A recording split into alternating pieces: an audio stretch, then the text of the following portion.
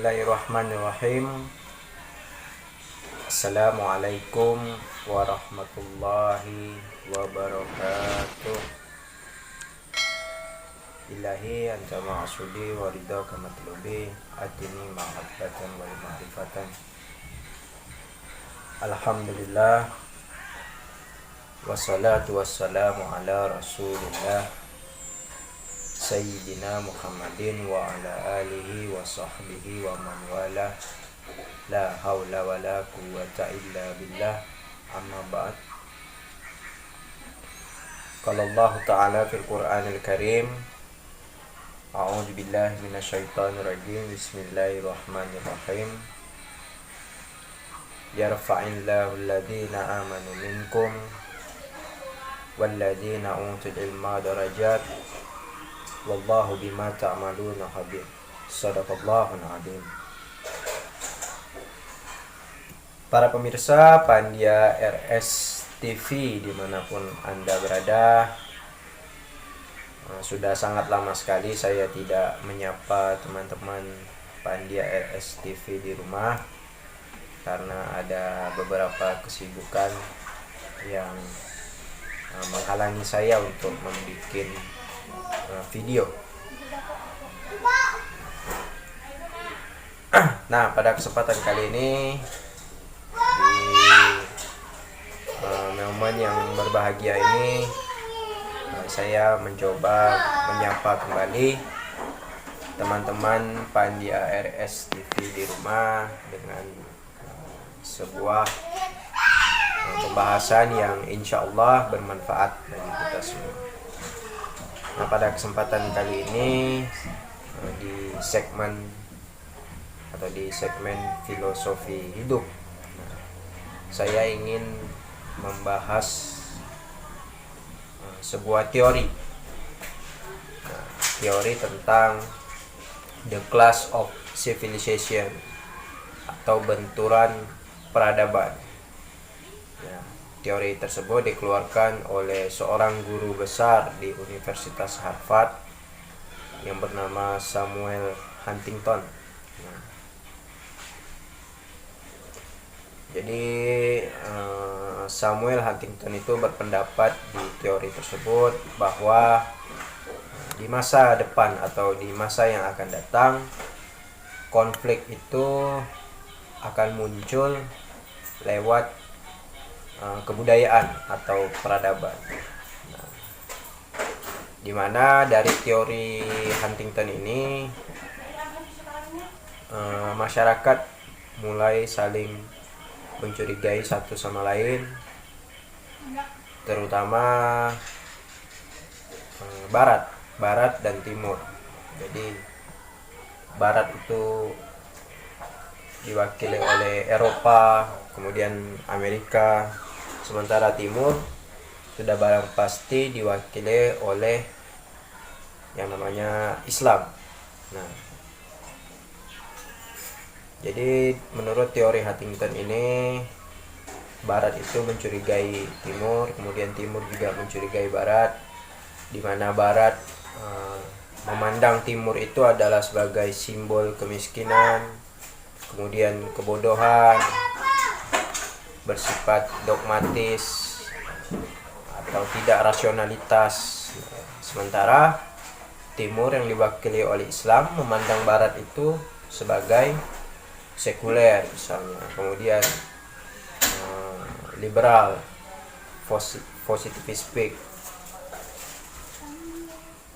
materialistik, hedonistik dan sebagainya. Semuanya dalam konteks negatif. Nah, ketika teori Huntington ini dikeluarkan, banyak sekali para cendekiawan atau pemikir-pemikir muslim yang menentang teori dari Samuel Huntington tersebut. Namun kalau kita lihat belakangan dekat atau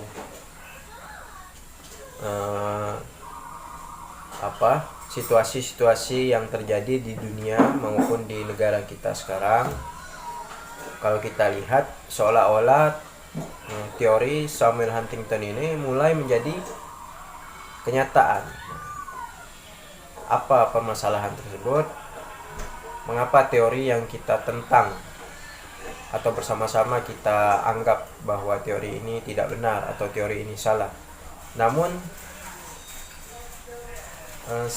tanpa kita sadari apa yang terjadi sekarang ini sesuai dengan teori Huntington tersebut.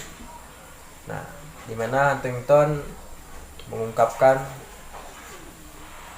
ada beberapa penyebab yang membuat benturan peradaban itu tidak bisa terelakkan.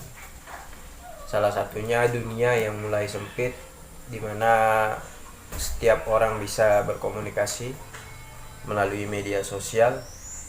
Kemudian perbedaan budaya yang tidak hanya real tapi juga mendasar dan mengakar, seperti ungkapan yang pernah saya jelaskan sebelumnya, bahwa manusia itu adalah makhluk yang sadar bahwa adanya perbedaan, namun manusia juga merasa tidak nyaman dengan perbedaan tersebut. Nah, ini kan menjadi permasalahan. Nah, jadi apa yang harus kita lakukan? Nah, kita harus melatih atau membangun cara berpikir yang benar, sehingga kita tidak dapat dijerumuskan oleh isu-isu yang membuat kita mencurigai kelompok ini atau kelompok satunya lagi, atau kita menganggap kelompok kita yang paling baik. Nah, ini kan sebenarnya orang-orang yang secara tidak langsung merealisasikan teori Huntington tersebut. Nah, jadi itu tadi, kita harus berpikir secara benar. Dalam hal ini kita harus berpikir secara radikal, sehingga kita mampu menilai sesuatu itu ya benar-benar dengan kacamata kebijaksanaan tadi.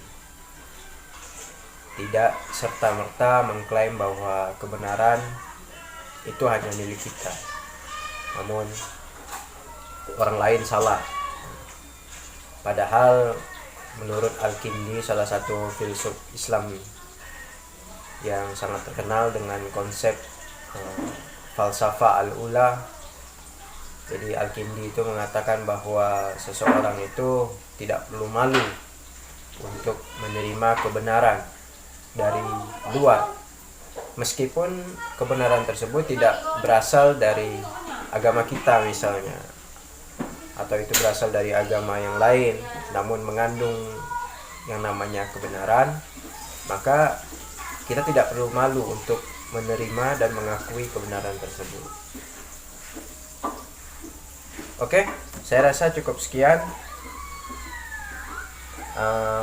Mungkin yang terjadi sekarang di dunia maupun di negara kita ini adalah propaganda-propaganda dari pihak-pihak yang sebenarnya tidak memiliki tanggung jawab atas perbuatan mereka.